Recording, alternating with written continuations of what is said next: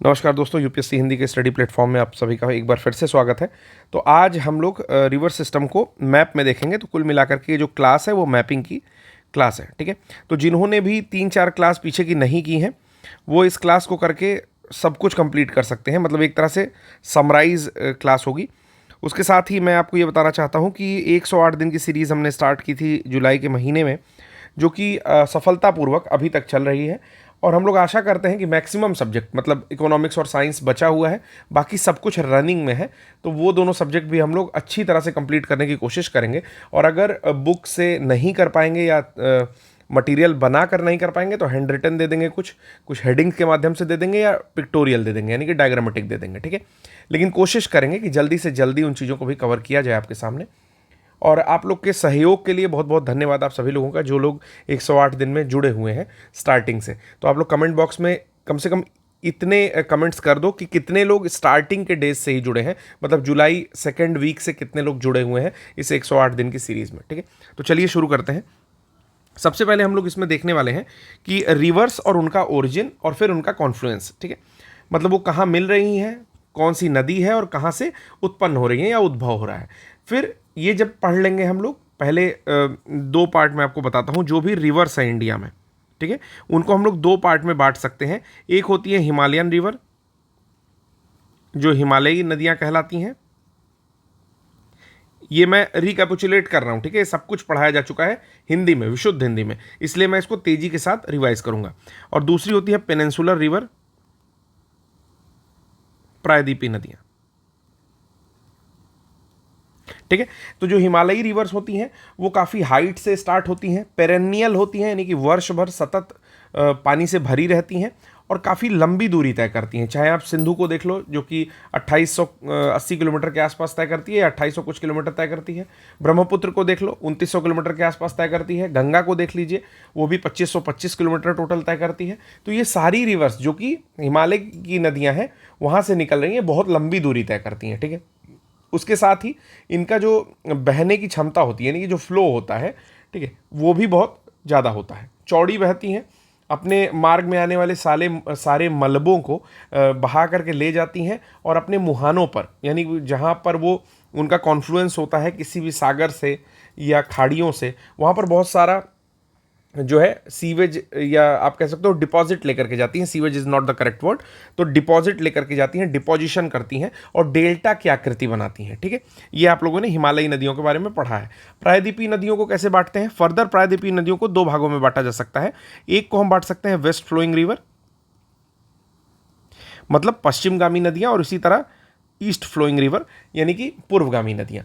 तो कुछ नदियां हैं जो कि पश्चिमगामी हैं, जिनमें नर्मदा है, ठीक है, सबसे लंबी पश्चिमगामी नदी। दूसरी है ताप्ती, दूसरे नंबर की है, ठीक है। फिर छोटी छोटी नदियां और हैं, जैसे पश्चिम की ओर ही आपकी बह के लूनी जाती है, ठीक है, पश्चिम की ओर बह के आपकी मांडवी जाती है, मेघना जाती है। इस तरह की कुछ छोटी नदियां हैं जो पश्चिम की ओर बह करके जाती हैं, ठीक है।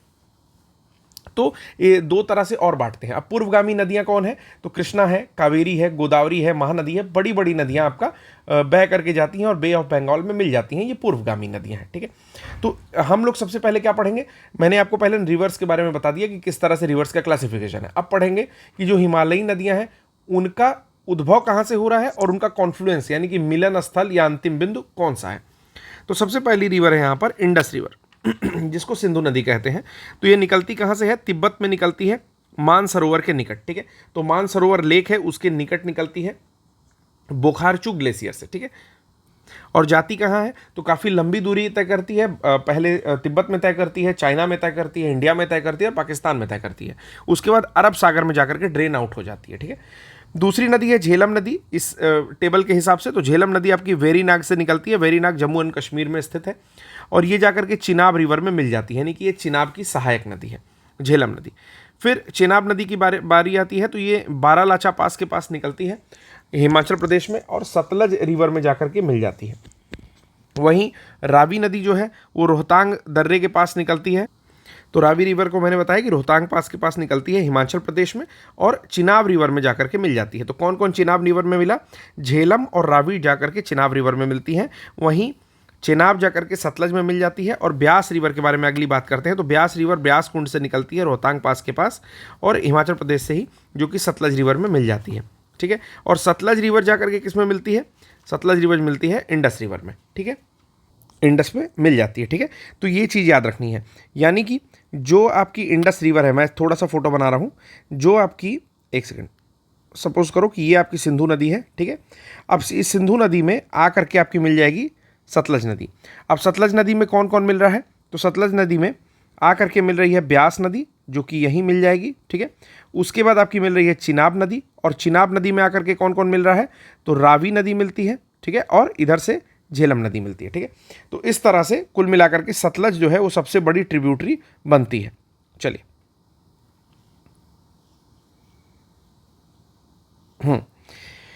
तो यहां तक हमने पढ़ ली। फिर लूनी का पढ़ लेते हैं। लूनी अरावली रेंज से निकलती है, रन ऑफ कच्छ में जाकर के विलुप्त हो जाती है। इसको इनलैंड रिवर कहते हैं,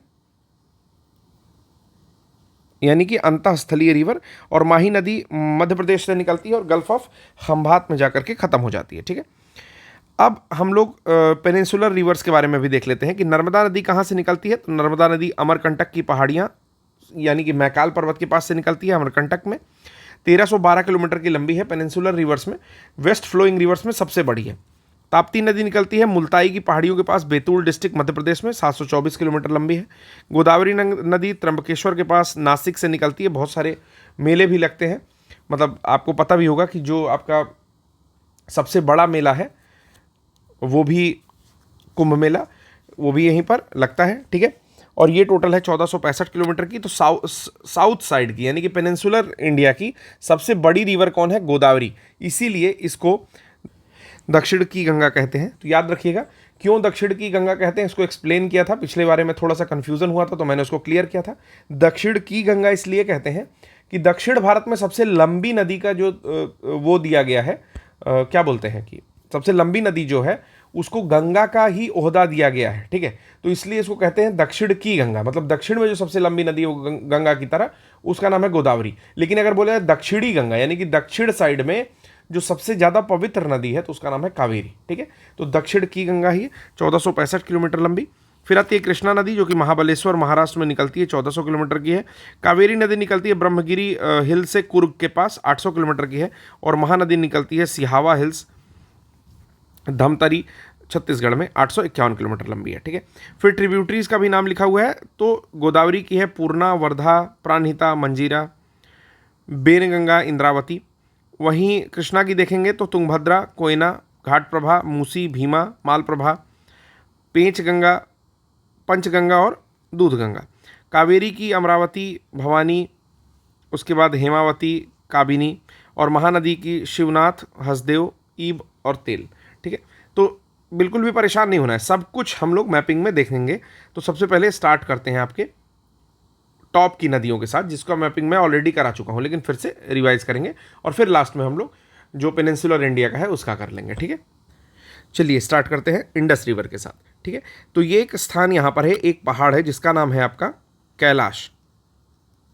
अब इस कैलाश पर्वत के पास एक मानसरोवर झील है, जहां से मुख्य 3 नदियां निकलती हैं। पहली निकलती है इंडस, जो कि आपके ऐसे होकर के पाकिस्तान में चली जाती है, ठीक है। दूसरी निकलती है सतलज, जो कि लगभग डायरेक्टली जाकर के ड्रेन आउट हो जाती है इसी में, ठीक है। और तीसरी नदी निकलती है ब्रह्मपुत्र, जो कि पहाड़ियों को काटते हुए इस तरह से इंडिया में एंट्री लेती है, ठीक है। तो ये 3 नदियों का नाम आप लोग याद रखिएगा। कैलाश और मानसरोवर मिटा करके मैं इन नदियों का नाम अब आपका लिख रहा हूँ। पहली नदी है यहाँ पर सिंधु, जिसको मैं इंडस लिख दे रहा हूँ, ठीक है। दूसरी नदी सतलज और तीसरी नदी ब्रह्मपुत्र, ठीक है।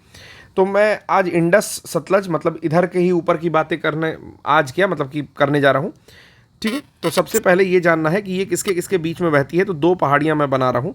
लद्दाख को छोड़ दीजिए, एक को लिख दीजिए, सॉरी काराकोरम को छोड़िए, एक को लिखिए लद्दाख और एक को लिखिए जस्कर, ठीक है ना।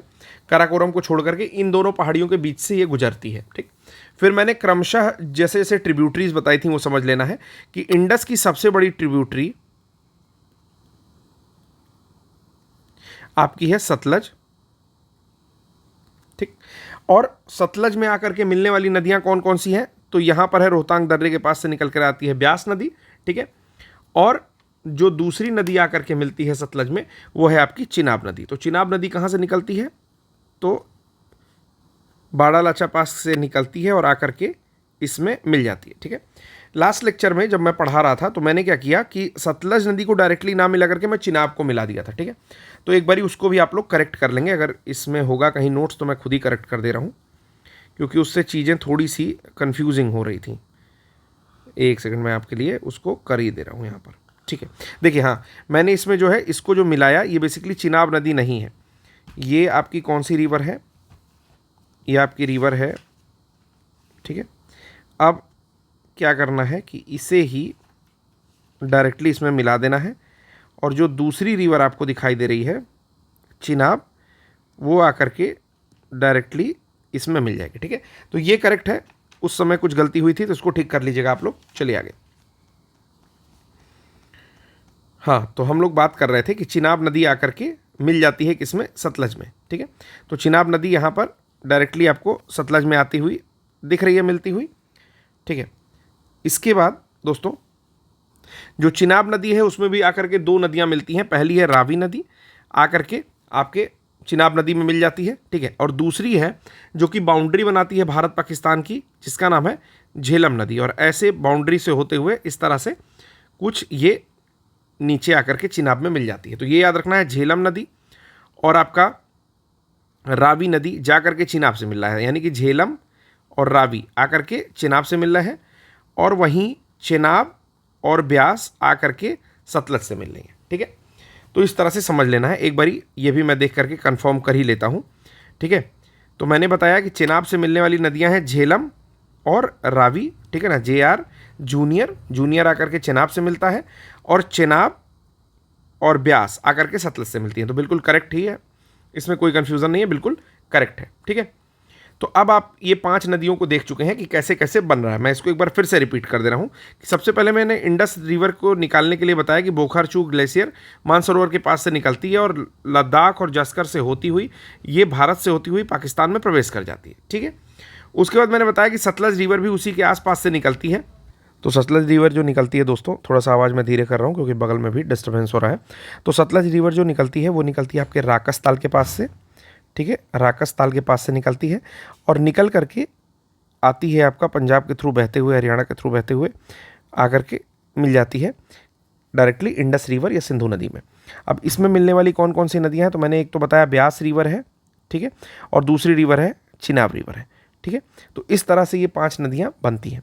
फिर हम लोग अगले मैप में देखते हैं गंगा रिवर के बारे में, ठीक है। तो गंगा रिवर के बारे में इसमें देख लेते हैं, गंगा और उसकी ट्रिब्यूटरी को इसमें देख लेते हैं। एक ही मैप में सब गंदगी नहीं मचाएंगे, ठीक है। तो मैंने आपको बताया था कि गंगा रिवर जो है वो एक तो पहले अकेली नहीं है, इसमें अलग अलग क्या बनते हैं आपके वो बनते हैं, प्रयाग बनते हैं, ठीक है। तो वो भी चीज़ हम लोग को याद रखनी है कि पहले तो गंगा रिवर अकेली नहीं है और अलग अलग इसमें प्रयाग बनते हैं, ठीक। तो चलिए प्रयाग देख लेते हैं। सबसे पहले मैंने बताया था कि एक जो मेन स्ट्रीम आएगी वो आएगी आपकी अलकनंदा। अलकनंदा से धौली गंगा मिलेगी, ये चीज़ लिखूंगा नहीं, ठीक है। आप लास्ट लेक्चर कर देख लीजिएगा गंगा रिवर सिस्टम वाला, उसमें सारी चीज़ें हैं। तो अलकनंदा आती है, अलकनंदा से धौली गंगा मिलती है जहाँ पर आपका विष्णु प्रयाग बनता है। फिर अलकनंदा और धौली गंगा की जो मिश्रित धारा है वो आगे बढ़ती है, उससे नंदाकिनी रिवर मिलती है। नंदाकिनी रिवर में नंद प्रयाग बनता है।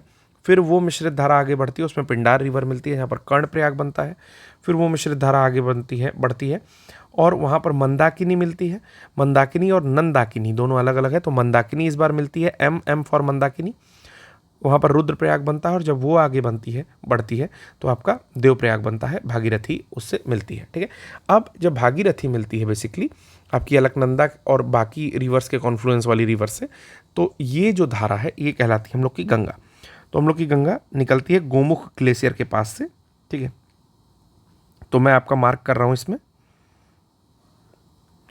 ठीक है। तो समझ लीजिए कि ये जो है अलकनंदा और भागीरथी मिल करके ये बना रहे हैं गंगा। तो ये जो अब हम लोग मार्क कर रहे हैं ये है अपनी गंगा रिवर, जिसमें अब यमुना मिल चुकी है और भी बाकी नदियाँ मिलती जा रही हैं और यहाँ पर ये जा करके कुल मिला करके ड्रेन आउट हो रही है, ठीक है ना, मेघना के रूप में। उसके अलावा भी यहाँ से भी ड्रेन आउट हो रही हैं और हुगली के माध्यम से भी ड्रेन आउट हो रही हैं। तो यही डेल्टा का निर्माण कर रही हैं, ठीक है। तो गंगा रिवर सबको दिख रही होंगी। अब जब हम लोग गंगा रिवर के बारे में पढ़ रहे थे तो मैंने बताया था कि जो सबसे पहली नदी आती है गंगा में मिलती है, ठीक है, उसका नाम है आपका रामगंगा। ठीक है, तो ये जो पहली रिवर आ रही है दोस्तों, इसको मैं आर लिख रहा हूँ, यानी कि ये रामगंगा रिवर है। ठीक है, या मैं लिख ही दे रहा हूँ, एक सेकंड। ठीक है, तो ये जो रिवर है इसका नाम है रामगंगा।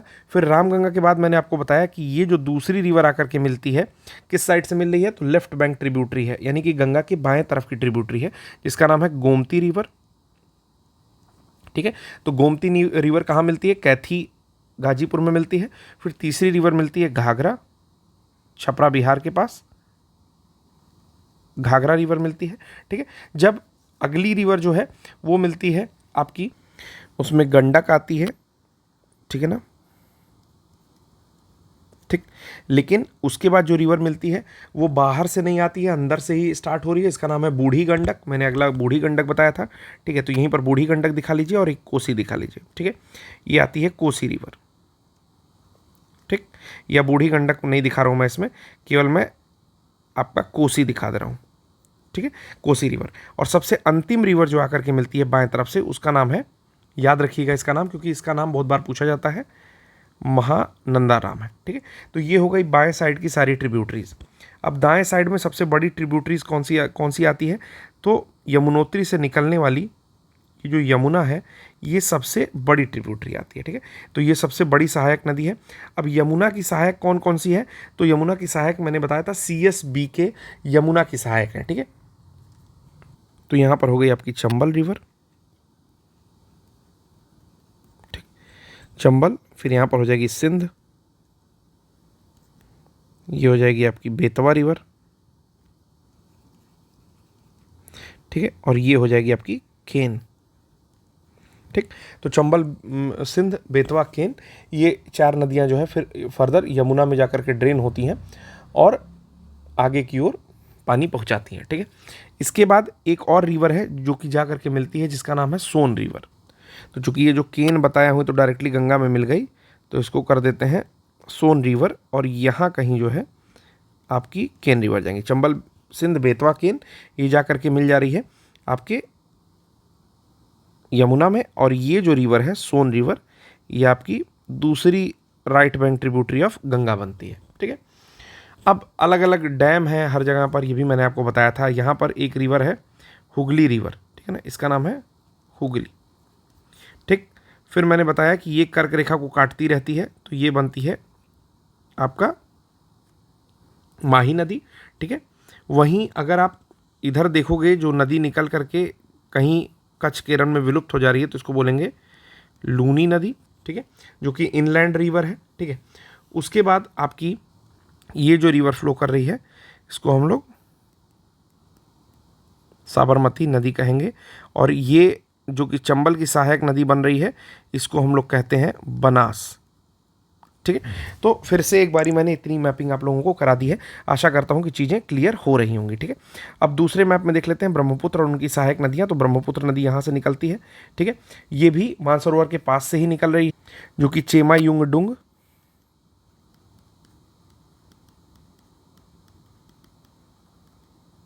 ग्लेशियर से निकलती है, और 2880 किलोमीटर टोटल लंबाई है इसकी। भारत में कहाँ से एंट्री लेती है, तो नामचा बरवा के पास ये टर्न होती है। पहले ईस्ट टर्न फ्लो करती है, ईस्ट साइड यानी कि पूरब की ओर बहती रहती है, लेकिन नामचा बरवा के पास जा करके वो टर्न लेती है और वो भारत में एंट्री करती है। ठीक है, भारत में एंट्री करने के बाद ये पासी घाट के पास इससे एक नदी मिलती है, जो कि लोहित रिवर रहती है। कौन सी रहती है, लोहित रिवर। ठीक है, फिर ये वहाँ से आगे बढ़ती है, तो अलग अलग ट्रिब्यूटरीज जो है इसमें क्रमशः मिलती गई हैं। मैं आपको नाम बताता जाता हूँ। ठीक है, यहाँ मिलती है मानस रिवर। ठीक है, मानस रिवर के जस्ट पहले आपका मिलती है सुबनसिरी। ठीक है, तो सुबनसिरी और मानस जो है उससे क्रमशः मिल जाती है। ठीक है, सुबनसिरी रिवर पहले ही मिलती है, तो ये सुबनसिरी है। इसके बाद वाली रिवर कौन सी है, मानस है। ठीक है, ये रिवर कौन सी है, एक सेकंड, ये रिवर जो है ये मानस है। तो सुबनसिरी और मानस क्रमशः जो है तुरंत अगल बगल मिलती हैं। ठीक है, फिर इसमें आकर के मिलती है तीस्ता नदी। ठीक है, तीस्ता नदी मिलने के बाद इसको बोला जाता है जमुना जब ये बांग्लादेश में प्रवेश कर रही है, और फिर ये गंगा नदी से आकर के मिलती है तो पद्मा के नाम से, ठीक है, ये बहते हैं। तो अभी तक जितनी इसकी ट्रिब्यूटरीज मैंने दिखाई हैं, चाहे वो लोहित रिवर हुई है, ये राइट बैंक ट्रिब्यूटरी है, जबकि सुबनसिरी जो यहाँ पर मैंने दिखाया है, और मानस, ये दोनों लेफ्ट बैंक ट्रिब्यूटरी है। इवन तीस्ता भी इसकी लेफ्ट बैंक ट्रिब्यूटरी है, ठीक है। अब इसमें आकर के मिलती है आपकी जो रिवर रहती है मेघना रिवर, और मेघना रिवर के नाम से ही यहाँ पर डेल्टा फॉर्म हो जाता है, ठीक है। तो थोड़ी सी बातें इसके बारे में मैंने आपको बता दिया। इसके पहले मैंने बहुत सारी चीज़ें बताई हैं, जैसे मैंने बताया कि ब्रेडेड स्ट्रक्चर है। अगर अब मैं ये चीज़ें मिटा करके फिर से दिखाऊं तो आप देख रहे हो कि ब्रेडेड स्ट्रक्चर है, जिससे कई द्वीप छोड़ते हुए बहती है, ठीक है। और वो जो द्वीप होते हैं वो नदी द्वीप बनाते हैं, जिसमें से कि सबसे बड़ा नदी द्वीप विश्व का कौन सा है? माजुली द्वीप है, जो कि ब्रह्मपुत्र रिवर पर ही स्थित है। इसके अलावा जो longest rail cum road bridge है वो भी आपके इसी रिवर पर स्थित है, जो कि बोगी बील ब्रिज है, ठीक है। वो पहले लॉन्गेस्ट था, अभी जो है वो सेकंड लॉन्गेस्ट हो गया है, ठीक है। उससे बड़ा भी एक बन गया है, तो ये चीज़ करेक्ट कर लीजिएगा। फिर उसकी जो एक सहायक नदी मैंने बताई थी यहाँ पर लोहित रिवर पर ढोला सादिया ब्रिज या भूपेन हजारिका ओवर ब्रिज स्थित है। तो ढोला सादिया या भूपेन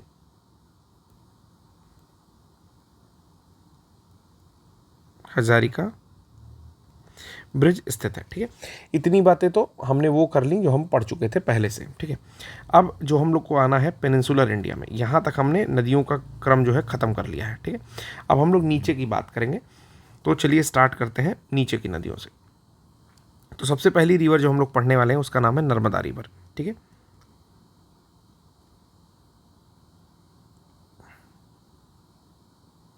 चलिए, तो ये है नर्मदा रिवर का कोर्स, यानी कि ये नर्मदा रिवर बहती है इस तरीके से, और यहाँ पर जाकर के एस्चुरी फॉर्म करती है, ठीक है। तो किन किन पहाड़ों के बीच में बहती है? थोड़ा मोटा हो जा रहा है पहाड़, एक सेकंड दोस्तों।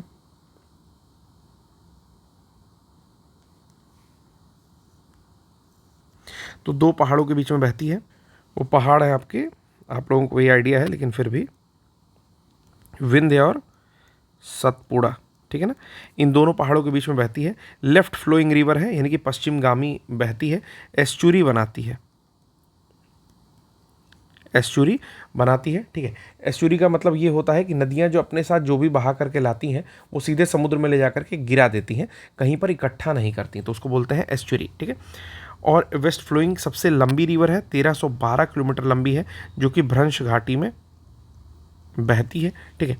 नर्मदा का उद्गम अमरकंटक के पास होता है, यहाँ अमरकंटक में मैकाल रेंज से ये निकलती है, ठीक है।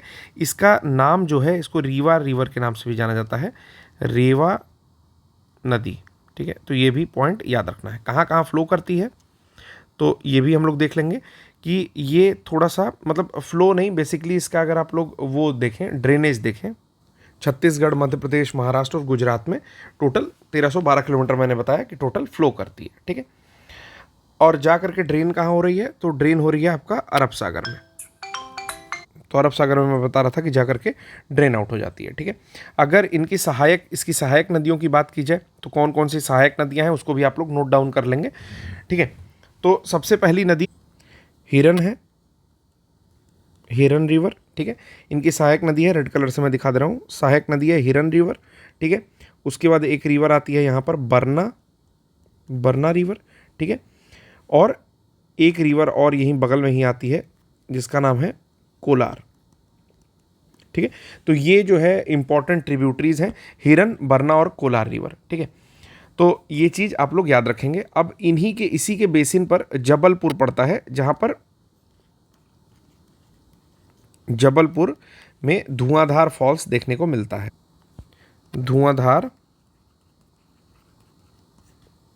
प्रपात, ठीक है। और स्टार्टिंग में आप देख सकते हो यहीं पर सहस्रधारा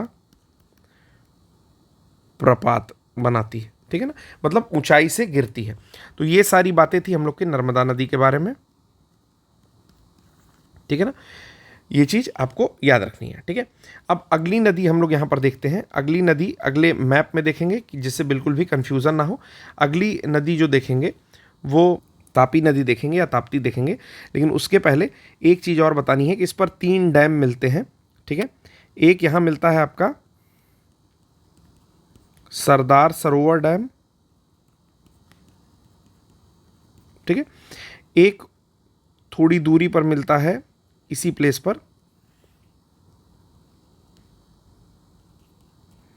इंदिरा गांधी सागर बांध, ठीक है ना। और एक और मिलता है महेश्वर डैम, लेकिन ये दोनों इंपॉर्टेंट है तो बस इसी को मैंने लिखा है, ठीक। अगली नदी हम लोग की है तापी नदी। तापी नदी कहाँ से निकलती है? बस नर्मदा के ठीक नीचे से तापी नदी निकलती है, ठीक है। तो ये वाला जो दिख रहा है ब्लू कलर से मैं दिखाता हूँ, यही है आपकी तापी नदी से, जो कि मुल्ताई रेंज से निकलती है। कहाँ से निकलती है? मुल्ताई की पहाड़ी से इसका उद्गम है, ठीक। और पश्चिमगामी नदियों में दूसरी सबसे लंबी नदी है।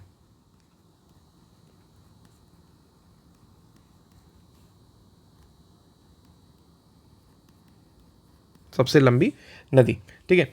अगर बात करें कि कहाँ, मतलब इसके उत्तर साइड में क्या है, तो उत्तर साइड में आपको पता है कि सतपुड़ा रेंज जो है इसके उत्तर साइड में पड़ता है, ठीक है। कहाँ कहाँ से गुजरती है? तो ये आपके मध्य प्रदेश से गुजरती है, क्योंकि मध्य प्रदेश से ही निकल रही है। उसके अलावा महाराष्ट्र से गुजरती है और गुजरात से गुजरती है, ठीक है। और जा करके ये भी कहाँ मिल जाती है? तो अरब सागर में गिर जाती है। तो ये भी पॉइंट याद रखेंगे। अगर तापी के बेसिन की बात करें कि मतलब कहाँ कहाँ फैला हुआ है, तो जो दक्कन का पठार है वो उसके दक्षिण में पड़ता है, ठीक है। सतपुड़ा रेंज उसके उत्तर में पड़ता है, ठीक है। तो ये दोनों चीज़ याद रखनी है। वहीं थोड़ी दूरी पर आओगे, सतपुड़ा रेंज की ही एक जो पहाड़ी है आपकी महादेव, ये भी उत्तर में पड़ेगी। वहीं अजंता रेंज जो है इसके दक्षिण में, और सतमाला भी इसके दक्षिण में पड़ेगा, ठीक। ये तो थी पहाड़ियों की बातें। तो पहाड़ियों की बातें अब मैं यहाँ पर डिलीट कर दे रहा हूँ। आगे की चीज़ हम लोग देखेंगे कि कुछ हिली एरिया है जहाँ के बीच में ये पड़ती है। इतनी चीज़ें आपको याद रखनी है, ठीक है। मतलब हिली रेंज में कौन कौन पड़ता है? तो ऊपर आपका सतपुड़ा पड़ेगा, महादेव, नीचे सतमाला और अजंता पड़ते हैं, ठीक है। दूसरी चीज़ जो इस नदी के बारे में इम्पॉर्टेंट है वो ये है कि इस नदी पर नेपा नगर स्थित है। नेपा नगर, ठीक है। नेपा नगर किस लिए फेमस है? तो ये पेपर इंडस्ट्री के लिए फेमस है, या पेपर उद्योग के लिए नेपा नगर फेमस है, जो इसी के मुहाने पर पड़ता है। और उसके अलावा यहाँ पर सूरत पड़ता है, ठीक है। जहाँ से निर्विरोध कौन जीता है इस बार 18वीं लोकसभा में, ये आप लोग कमेंट में बताइएगा। मैं उनका नाम आपको बता भी सकता हूँ अभी, लेकिन मैं चाहता हूँ कि जितने लोग घटना सार का लेक्चर देख रहे हो उन लोगों ने अगर देखा होगा पहला लेक्चर, तो आपको तुरंत ही मिल जाएगा उनका नाम, ठीक है, जो कि निर्विरोध जीत गए हैं इस बार लोकसभा में, ठीक है। तो सूरत भी किस नदी के मुहाने पर पड़ता है? तो आपके तापी नदी के ही बेसिन या मुहाने पर पड़ता है, ठीक। अगली बात क्या जाननी है इस नदी के बारे में? तो अगली बात जो हम लोग को जाननी है वो ये जानना है कि क्या कोई बांध भी पड़ता है? तो हाँ, बांध पड़ता है। एक आपका पड़ता है उकाई बांध, ठीक है। एक पड़ता है हथनोर बांध। इसके साथ काकरा पार जो आपका न्यूक्लियर या एटॉमिक पावर स्टेशन है, एक सेकंड, एटॉमिक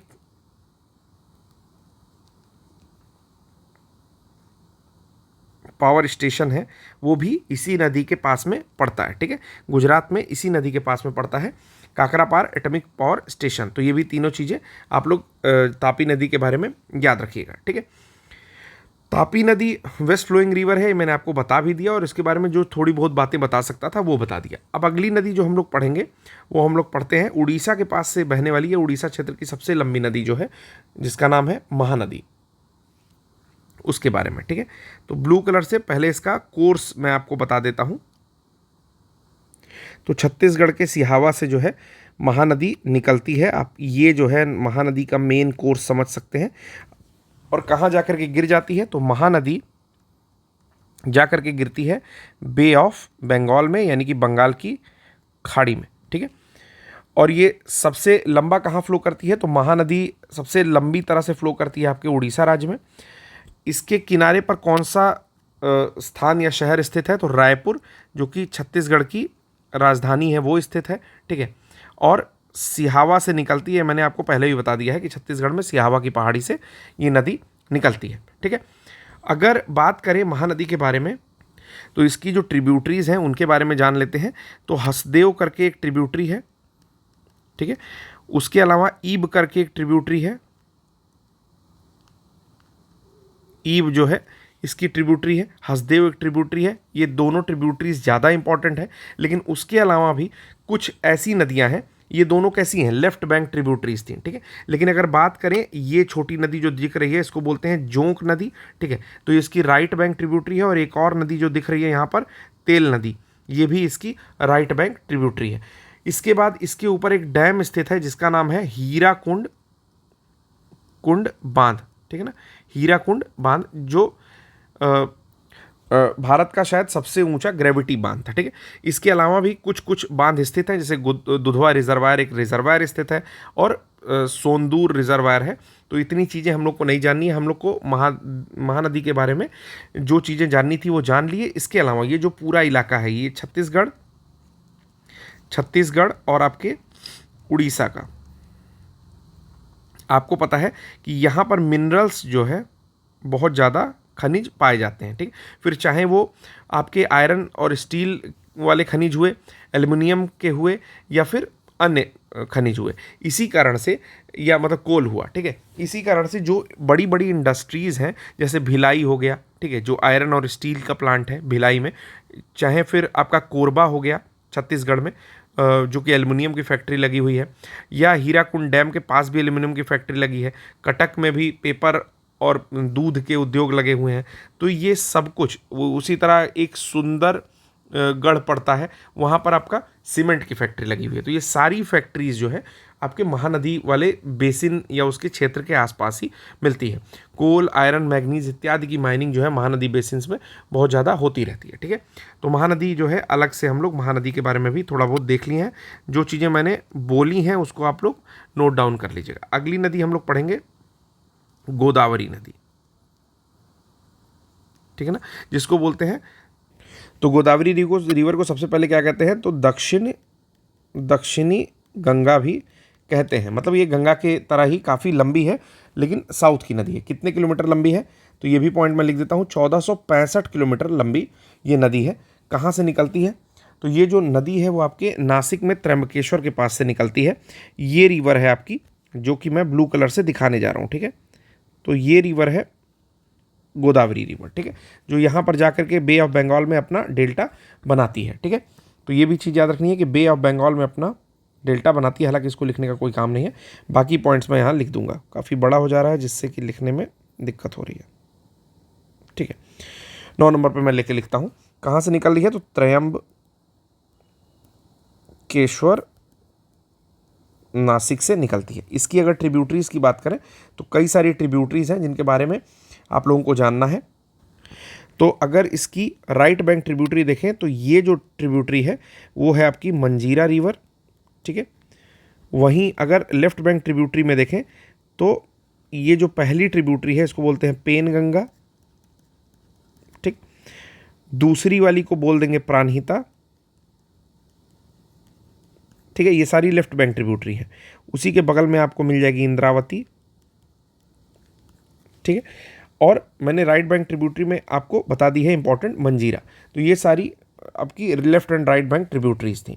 कहाँ से निकलती है, तो इसके बगल में आपका सतमाला हिल है, ठीक है। जहाँ जा रही है उधर आपका ईस्टर्न घाट फैला हुआ है, इस साइड में वेस्टर्न घाट फैला हुआ है, ठीक है। तो इन सारी पहाड़ियों के बीच से होकर के ये फ्लो करती है कि सातमाला हिल के पास नासिक त्र्यंबकेश्वर से निकलती है। पेनगंगा, प्राणहिता और इंद्रावती इसकी लेफ्ट बैंक ट्रिब्यूटरी है। मंजीरा इसकी राइट बैंक ट्रिब्यूटरी है। बे ऑफ बंगाल में जाकर के ड्रेन हो जाती है दोस्तों, ठीक है। और बीच में इसको वेस्ट ईस्टर्न घाट भी मिलता है, और इसके नीचे जो है अजंता रेंज बहती, मतलब अजंता रेंज स्थित है, ठीक। इतनी चीज़ें हमने जान ली गोदावरी रिवर के बारे में। अब हम लोग देख लेते हैं कि किस किस स्टेट से होकर के बहती है। तो ये अपने मुंबई से होकर के बहती है, यानी कि महाराष्ट्र से होकर के बहती है।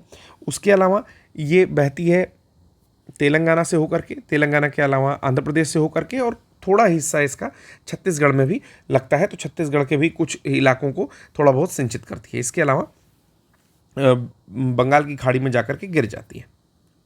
कुछ बड़े शहर इसके किनारे पर पड़ते हैं, जैसे नासिक पड़ता है, औरंगाबाद पड़ता है, ठीक है, और राजमुंदरी यहाँ पर पड़ता है, ठीक है। तो अलग अलग कुछ बड़े शहर, नामी शहर पड़ते हैं, और बहुत सारी इंडस्ट्रीज़ जो है इसके किनारे पर स्थापित हैं। कुछ प्रोजेक्ट हैं जिनके नाम आपको याद रखने हैं। तो कौन कौन सा प्रोजेक्ट जो है आपके इस रिवर पर चलता है, तो कालेश्वरम प्रोजेक्ट है, ठीक है, जो कि गोदावरी नदी के पास है। पोलावरम है,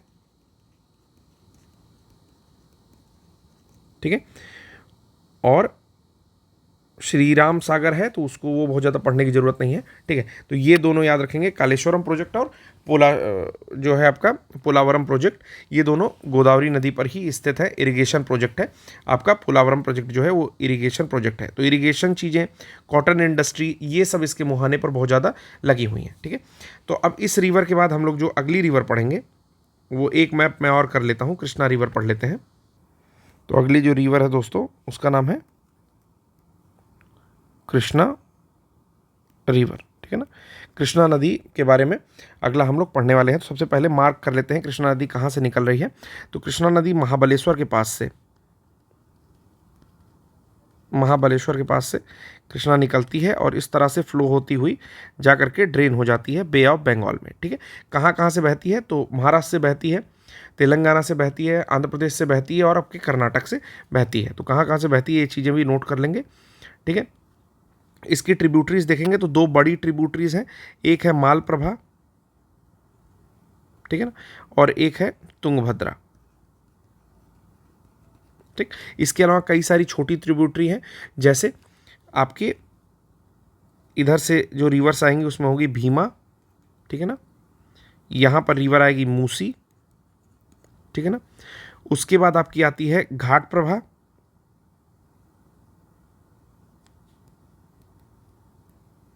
ठीक है ना, वरना कई सारी आती है, कोयना भी आती है, कोयना और वरना, ठीक है। तो आप इसका जो इंपॉर्टेंट रिवर्स हैं उनको मैं बता दे रहा हूँ। एक तुंगभद्रा मैंने बताया, एक बताया मैंने मालप्रभा, ठीक है ना, इधर बताया मैंने भीमा और इधर बताया मूसी। बाकी कोयना, घाट प्रभा, वरना, ये सारी रिवर्स जो हैं इनका आप लेफ्ट राइट बैंक ट्रिब्यूटरी देख लीजिएगा। महाबलेश्वर से ये रिवर निकलती है जिसका नाम है कृष्णा रिवर। कृष्णा रिवर के बारे में हम लोग पढ़ रहे हैं, ठीक है। इसके बाद कृष्णा रिवर के बारे में क्या पढ़ना है, मैंने आपको स्टेट बता भी दिया, कौन कौन से शहर स्थित है। तो पुणे स्थित है, हैदराबाद का कुछ क्षेत्र स्थित है जहाँ से मतलब मूसी नदी आकर के मिलती है, हैदराबाद की नदी है, बेसिकली हैदराबाद मूसी नदी के किनारे है, ठीक है। इसके साथ ही कृष्णा नदी के मुहाने पर sugar cane industry, rice industry, oil extraction, vegetables industry, बहुत सारा कुछ जो है। और कृष्णा नदी, गोदावरी नदी, ये सारी ऐसी नदियां हैं जिनके जल को लेकर के बहुत ज़्यादा विवाद होता रहता है, ठीक है। तो कृष्णा गोदावरी बेसिन के बारे में भी आपने कभी ना कभी सुना होगा, ठीक। अगली नदी जो हम लोग पढ़ने जा रहे हैं, इसी में एक नदी और पढ़ लेते हैं, इसी फोटो में हम लोग पढ़ लेंगे, जिसका नाम है कावेरी नदी, ठीक है। तो कावेरी नदी सबसे पहले मैं मार्क कर दे रहा हूँ, ब्लैक कलर से मार्क कर रहा हूँ। तो ये जो नदी है इसका नाम है कावेरी नदी, ठीक है ना। बहुत ज़्यादा पवित्र नदी है, दक्कन के पठार के साउथ एरिया में यानी कि दक्षिणी भाग में प्रवाहित होती है और इसको बोलते हैं दक्षिण की गंगा। अब मैं समझा रहा हूँ इसको कैसे याद करेंगे। देखिए, गंगा नदी को याद कर लो, पवित्र नदी, आप याद कर लो गंगा नदी का अर्थ है पवित्र नदी, ठीक। तो जब आप बोलोगे दक्षिण की गंगा तो इसका मतलब हो गया हम लोग उसको रिप्लेस कर सकते हैं पवित्र नदी के साथ, यानी कि दक्षिण की पवित्र नदी, तो उसका मतलब है कावेरी। वहाँ पर कावेरी के जल का पूजा होता है, ठीक है। अब इसमें जो है श्रीरंगपट्टनम, ये जानना है कि शहर कौन सा स्थित है। श्रीरंगपट्टनम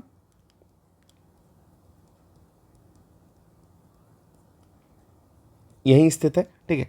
उसके बाद शिव समुद्र जो है, शिव समुद्र वाटरफॉल इसी पर स्थित है, ठीक है। याद रखेंगे शिव समुद्र वाटरफॉल इसी पर स्थित है। कुछ डिस्ट्रिक्ट हैं जहाँ से मतलब कुछ स्टेट है जहाँ से ये गुजरती है। तो पहले आपको जानना है कि ये मेजरली जो इसका मोस्ट ऑफ द पोर्शन है वो आपका तमिलनाडु से गुजरता है, ठीक है। तिरुचिरापल्ली उसके मुहाने पर ही पड़ता है इस नदी के, और उधर जो है केरला से गुजरती है और थोड़ा बहुत पोर्शन कर्नाटका का है। तो इसके जल को लेकर के भी थोड़ा सा विवाद होता रहता है, ठीक है। इसकी कुछ ट्रिब्यूटरीज हैं, जैसे हेमावती है, ठीक है, अर्कावती है, काबिनी है, भवानी है, ठीक है। नाम नहीं मैंने लिखा है, बस इतनी चीज़ें आप लोग जान जाइए। अब एक ओवरव्यू ले लेते हैं जितनी भी रिवर्स हमने पढ़ी हैं उसका, और इसके बाद लेक्चर को ख़त्म करते हैं, ठीक है। तो आपको नर्मदा यहाँ से निकल रही है, आप देख रहे हो, ठीक है, जो कि सतपुड़ा और विंध्य पर्वत श्रेणी के बीच में से गुजरती है। तापी नदी यहाँ से निकल रही है, ठीक है, जा करके अरब सागर में मिल जा रही है। मैंने गोदावरी बताया ही आपको, गोदावरी नदी यहाँ यमन पुडुचेरी के पास भी जा रही है, ठीक। फिर यहाँ पर कृष्णा नदी निकल रही है, और कृष्णा नदी की सहायक नदियाँ जैसे भीमा या फिर तुंगभद्रा इसमें दिखाई हुई हैं, ठीक है। फिर मैंने बताया कावेरी नदी यहाँ से निकल रही है, ठीक। करिकल पुडुचेरी के पास ये भी जाकर के मिलती है, बहुत सारी इंडस्ट्रीज़ के किनारे लगी हुई हैं। इसके पहले आपकी पेन्नार रिवर है, जिसके बारे में मैंने नहीं बताया, तो ये भी चीज़ याद कर लीजिए, ठीक है, कि पेन्नार रिवर उसके पहले पड़ती है। फिर महानदी के बारे में मैंने बताया, महानदी की जितनी भी ट्रिब्यूटरीज़ हैं, जैसे इसमें तेल नदी दिखा रहा है तो तेल के बारे में मैंने बताया। वहीं गोदावरी के लिए वेनगंगा, इंद्रावती, ये सारी ट्रिब्यूटरीज में दिखी हुई हैं, सब कुछ हम लोग पढ़ चुके हैं। सुवर्ण रेखा आपके निकलती है झारखंड के एरिया से, ठीक है, और वेस्ट बंगाल होते हुए ड्रेन आउट हो जाती है बे ऑफ बंगाल में। लूनी के बारे में हम लोग पढ़ा ही, ठीक है। बनास जो चंबल की सहायक है उसके बारे में हमने पढ़ ही लिया। चंबल जाकर के यमुना से मिल जाती है, और यमुना जाकर के गंगा में प्रयाग से मिलती है। यहाँ पर फिर दूसरी रिवर देखा बेतवा, ठीक है, बीच में पड़ती है आपकी सिंध, ठीक है, और लास्ट में पड़ती है केन। तो ये 4 रिवर हमने देख ली थी जो कि ट्रिब्यूटरी हैं आपकी यमुना के। फिर सोन जो कि दूसरी राइट बैंक ट्रिब्यूटरी है गंगा की, उसके बारे में हमने देख लिया, ठीक है। और बाकी इधर से जब देखना स्टार्ट किया था तो सबसे पहली रिवर मैंने बताया रामगंगा है, ठीक है। फिर गोमती, ठीक है, एक सेकंड, गंगा रिवर ये है ना, ये, ठीक है। तो यहाँ पर आएगी रामगंगा, फिर आएगी गोमती, फिर आएगी घाघरा, फिर आएगी गंडक, फिर आएगी बूढ़ी गंडक, फिर आती है कोसी, और लास्ट में आती है महानंदा, ठीक है। यहाँ से आपकी हुगली निकल रही है, ठीक। तो ये सारी रिवर्स के बारे में हमने पढ़ लिया है। उसके ऊपर चलेंगे तो हमने देखा सांगपो के नाम से जानी जाती है, अलग अलग नाम है, Yarlung, Tsangpo, Brahmaputra river entry ले रही है नामचा बरवा के पास से, ठीक है। इसमें आकर के मिल रही है आपकी मेजर ट्रिब्यूटरी इसकी लोहित, फिर ये आगे चली जा रही है। अब इसमें मानस आकर के मिलती है, और आपका सुबनसिरी आकर के मिलती है, ठीक है।